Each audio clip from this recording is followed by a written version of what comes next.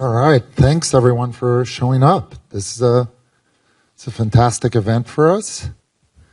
This is the clicker. Fantastic. Let me see if this is working. All right. So here's the agenda. We're going to talk a little bit about how tokens and smart contracts work, utility versus security tokens, tokenization of assets on the blockchain. I see a lot of my students here. Thank you so much for coming tonight and supporting this. Regulation around the world, the ecosystem benefits, and what we think the future for 2020 is. So let's just make sure we stay on time. So my name is Alex Nascimento. This is my email. Feel free to email me if you have a question. Oops, where did I go? Oops, going backwards. Okay, sorry. Thought that was funny. So I teach blockchain business applications here in security tokens, and co-founded together with George Abe and Bhagwan Chowdhury the original club, which was the UCLA Blockchain Lab. And now we have Jason here and the whole team supporting us as a student club that it's like 700 strong with like 300 people on their Slack channel. So please join. Wrote this book that's being used to teach here at UCLA, so feel free to download it. Take a picture, use the promo code STO-Easton, and you'll get the book for free. And every time we update the book, you'll get a new update. Just a little bit about what I do during the day. I invest in security tokens and blockchain projects. We do research and education and advise companies. But one thing is important. I'm not a lawyer, and therefore do not intend to give you legal or financial advice. So this is very important. Consult a lawyer before you do any kind of ICO or STO project. So first things first, right? Why Jor is a great guy back there for you to consult, knows a lot about the space. I'm not a lawyer. So here's the interesting thing, right? So if you think about an investment contract, why is the blockchain a great solution?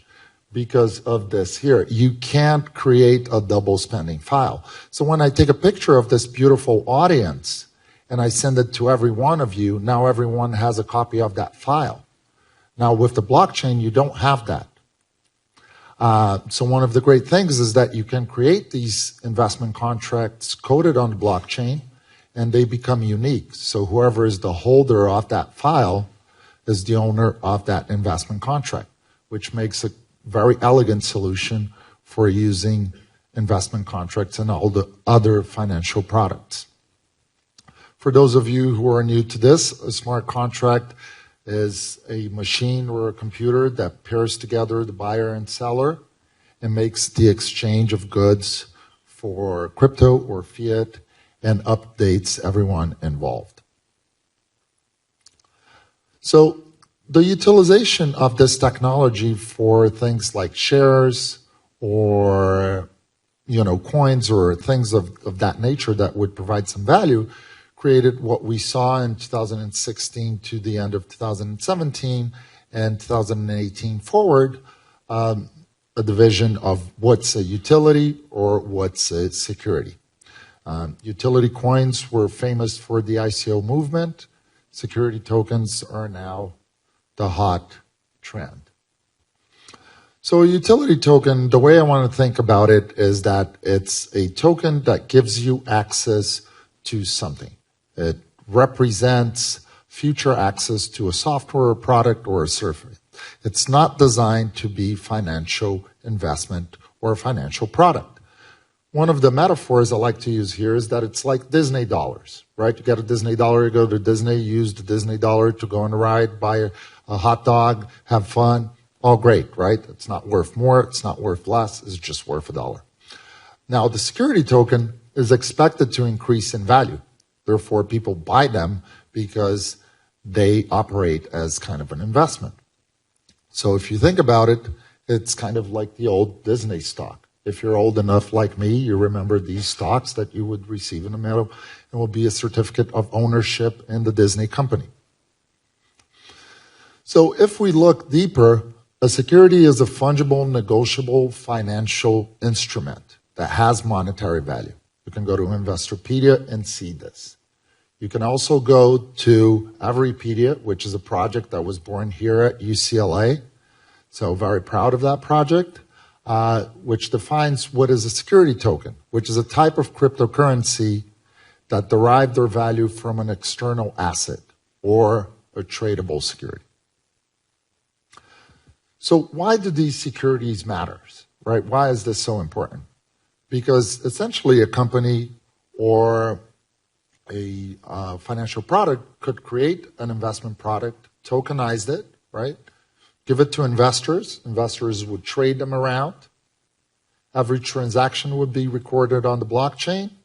The blockchain would provide updated information about who's the owner of that security, the value of it, and then the company could utilize that information to pay dividends up to the token holders again. Right? Some of these examples are real estate, derivatives, debt, equity, utility tokens that are now deemed security by the SEC. And one of the statements that I like to quote is the director of the SEC said, if you have voting rights or financial interest in a company, it is a security. So you must have heard of this. If it smells like a duck, quacks like a duck, it is a duck, walks like a duck. So most of these old ICOs had all these features, therefore considered a security. So what could we tokenize? What could be the tokenization form, right? A couple of examples is real estate, low-hanging fruit there. You could do shared ownership of buildings, of houses, of a mansion in Malibu. You could do startups, equities to tokens. You could also do mature companies, stocks to tokens. Maybe someone here has like a network of restaurants that you want to find funding. You could tokenize that. Energy. You could have tokens that represent watts or art, which is a classical utilization and case study, promising case study, or funds. We're going to have some of the most relevant funds here in town today here speaking in our panel. So you could definitely have an ownership in a fund, a venture fund, a Bitcoin fund through a token. This is an important slide. If you're interested in this, I would take a picture of this. This talks a little bit about the ecosystem, right? And because these are security tokens, they tend to represent what's already existing in the market, right? So if you are an institutional investor, you need custody, right? Who's going to have the keys to the Bitcoin? The intern, because the senior partner doesn't understand the technology. So you need a third-party firm that will provide that custody, right? You add a new layer to what traditionally we see in the market, which is the issuance platform. There's some issuance platforms there like Polymath, Swarm, Republic, Securitize. There's a wide number of them. Then if you're in the United States, you also need a broker's license. And being a broker-dealer, a regulated entity that can sell these securities to clients and retail investors. Propeller, Coinbase. You also need a legal team to provide all your documentation. Furthermore, we're looking into the growth of many trading platforms where these security tokens will be traded. And you also need compliance services that will provide anti-money laundering, know your customer, all that fun stuff. Verify investors, NetKey are great examples. NetKey's here in LA. And here are some of the benefits, right? If you think about benefits, why should we do this? There is a significant number of cost reduction, faster settlement, and automated compliance. There are estimates that banks in general spend about $6 billion a year on those costs. There is a potential for an automated revenue sharing. When I go around and I talk about this topic, people get shocked, especially outside the United States, that only about 3,000 companies in the US paid dividends. Why? It's because it's so complex to do all that paperwork if you are not a huge company. All right. You can also have startup fundings. If you have a startup here, this technology could be for you, could help you raise funds. And you have the advantage of the secondary liquidity market, where you could trade these tokens around on a market that's 24/7 with 4.1 billion users on the internet and a facility of transfer and ownership. A great example of this is DAT, right? So as DAT gets repurchased throughout the financial system, you don't know who's actually holding that loan. But with a blockchain, you could have that information in real time. Are we doing in time? I think we're pretty good. This is a little bit of the historical transaction of what happened. I took some of this information from my friend Ben's here slide, so thank you, Ben.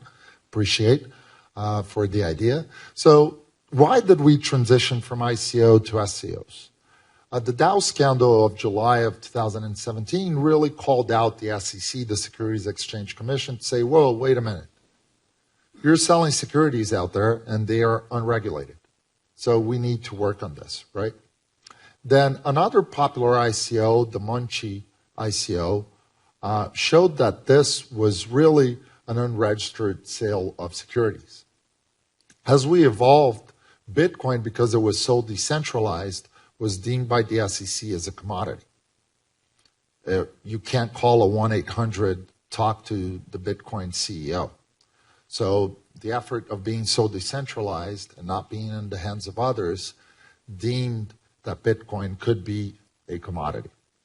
As the market continued to evolve and the SEC continued to pressure these companies to regulate their offerings, we saw examples like Paragon and Aerofox being deemed unregulated securities that settled at court for penalties.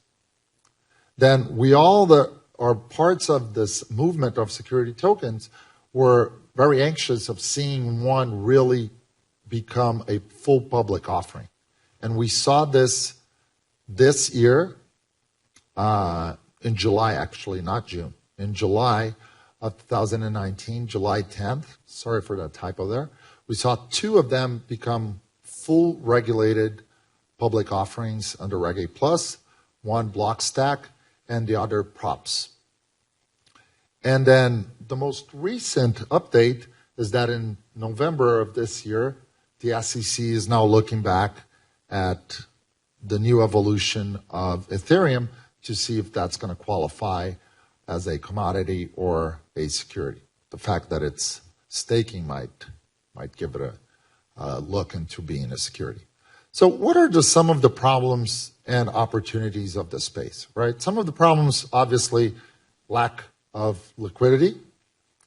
Somebody today commented on my post promoting the event is, where are all these STO traders trading, right? So we still are working into developing a secondary market. There is a clear international regulation. So if the effort is to trade among everyone in the world, that's still being hashed out by many of the governments. And there is also an incompatibility of these tokens because some of them are working into different standards and different blockchains. But so what are the opportunities? If you think about the global equity market, it's about $70 trillion, which the US represents 39%. And the global bonds market is $92 trillion, which the US represents 42%. So there is a lot to be tokenized. And you get about 4.1 billion users on the internet. If you don't believe me, these are some of the latest news that there is life after the ICO, which is the STO movement. Bank to the Future, which is a very interesting startup, claims that 50% of future startup funding is going to come through these security tokens. And we're seeing countries like Lithuania really develop strong STO guidelines. I also believe that institutional money is coming. We're seeing that very strongly. We're seeing like Swiss banks like Julius Baer, accept crypto clients. The Chicago Mercantile Exchange futures trading of Bitcoin reached 33.7 thousand contracts. Fidelity Digital Assets is now rolling out a custody solution. We have pension funds investing in crypto funds. We have the New York Stock Exchange sister company backed, also helping launch a application that will help consumers buy and sell security tokens and cryptocurrencies. And banks like Silvergate are officially beginning to sell shares on the New York Stock Exchange, which is a crypto-friendly bank. So we're definitely seeing a lot of institutional support behind this. Some of the case studies that I like to talk about is like who's buying, who's selling, right? So banks are buying this, mainly because you have a significant cost reduction in settlement and compliance, and for all the other reasons I mentioned. Stock exchanges are also using this to move faster the identity. On the selling side, we have IBM and its cloud services providing development platforms and tools for people to develop projects that are security tokens onto their cloud. Microsoft is working with R3 so that R3 can utilize the Microsoft server. And Polymath, which is one of the main issuing platforms around, is now building their own blockchain to be focused on trading of security tokens. So this is definitely the future.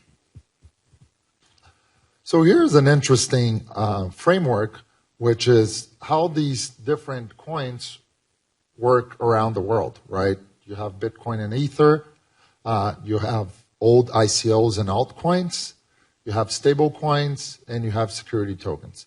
As you can see here in the United States, mostly will fall under security tokens. Countries like Japan have Bitcoin as a currency, where you can actually, if you recently take a trip to Japan, you can go into the grocery store and buy groceries with Bitcoin. Singapore is a very friendly STO country. Hong Kong has some obscure scenarios regarding ICOs, but their securities law definitely covers security tokens. In Europe is basically country specific, but there are a lot of countries in Europe that are very friendly to crypto and issuing security tokens regulations. Countries like Brazil are already moving in line with the SEC's regulation to issue security tokens. And in Switzerland, we've been seeing a very friendly approach where payment tokens and utility tokens are available, as well as securities tokens. This is an interesting piece here for the United States. In the United States, and this was the main reason why we wanted to push this content here at UCLA, is that if you ask, is there a regulation in the United States? Is it a good place to issue a crypto project? And we actually have the regulation, which was issued under the Obama administration, which is the Jobs Act. Nothing to do with Steve Jobs.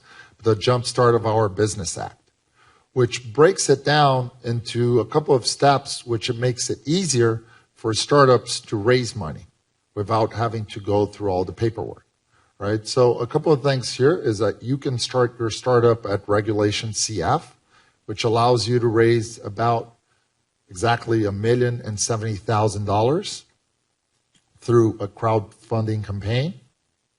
And you could actually get any kind of investor into your crowdfunding campaign. As you build that fund, or as you build that capital into your startup, you can move into Regulation D, which is an option for you to raise money from only accredited or institutional investors. Accredited investors in the US are people of high net worth, but the ability here is that you can only sell to those individuals.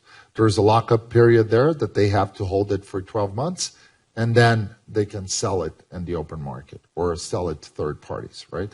So as we evolved, we're going to see a lot of these crypto projects like moving from this lockup period into a free trading period.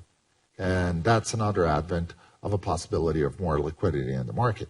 But what got us all here really excited, people that support the security token movement, is the Reg A+, which the SEC actually approved 2 crypto projects to be a Reg A+ offering, which allows you to raise up to $50 million every year and do a public offering, sell it to anyone. Right? There is also a tier 1 of the Reg A exemption that allows you to raise 20 million. So there's 2 of them there that you can work.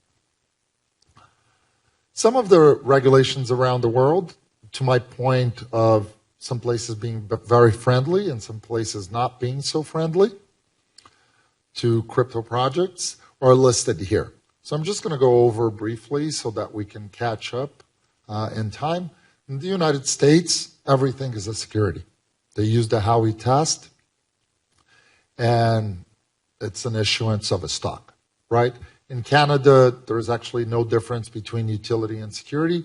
Everything is a token generating event.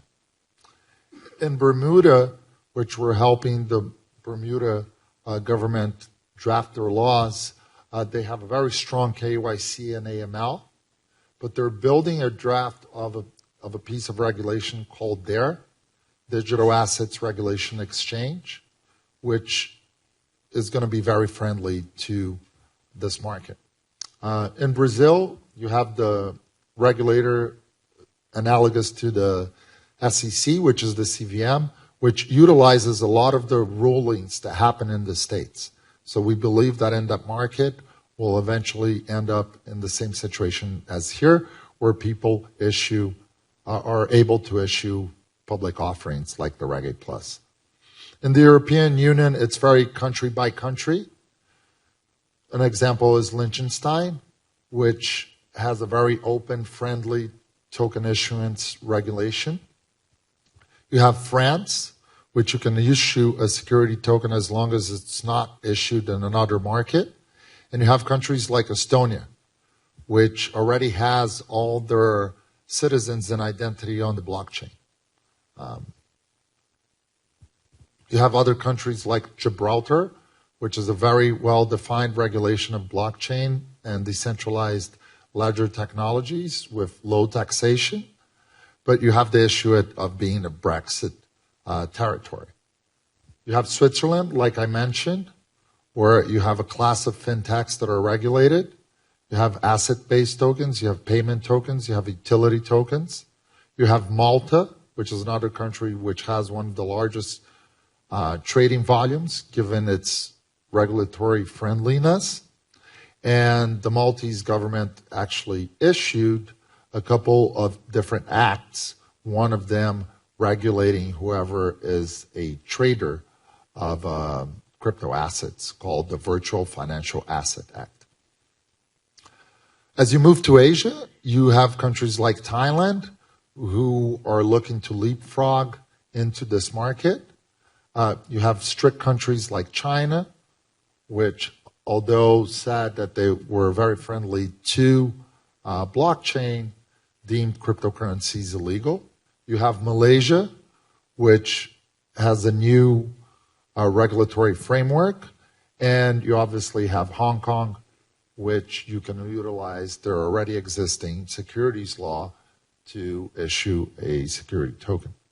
Like I mentioned, Japan, Bitcoin is currency there. Philippines has an economic zone that is very friendly to it. Singapore is a haven for security tokens. And South Korea, there has been some prohibitions.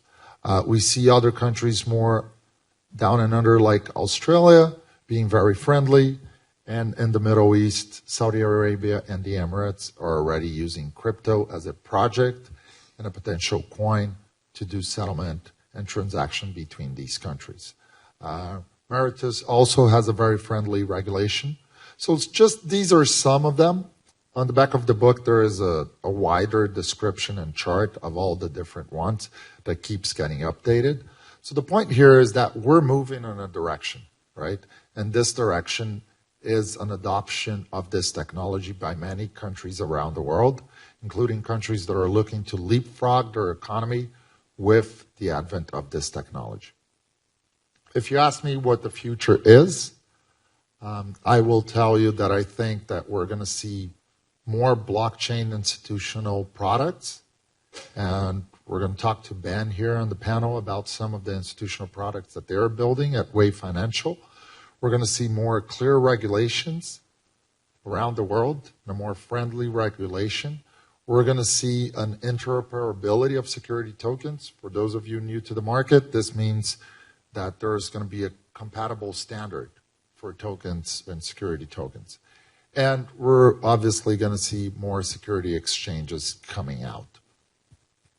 I leave you with this thought, which is Amara's law, where we tend to overestimate the effects of a technology in the short run. And a lot of people did that with Bitcoin, and underestimate the effects in the long run, which is what I'm posing here, that we're going to see securities tokens really becoming a major player in the financial world. Piece of advice, if you think about doing anything on that, definitely get a lawyer. But if you keep a very good track record of who is the holder of your security token and who are they trading it with, who are the white lists that can trade this token, then you probably can avoid a lot of issues. This is the book that we are donating it. We're donating it to more than 30 universities, so feel free to send it to your friends. The whole idea here is to share the knowledge and use the promo code STObook-Easton to get it for free. People are taking a picture. Sure, I can go back. Yeah, welcome. And I would like to thank you very much. My name is Alex Nascimento. This is my information. Most of our classes that we teach here at UCLA, you can always find on that bit.ly link, because we just link it to the registration of the class. And thank you so much. Really appreciate the time.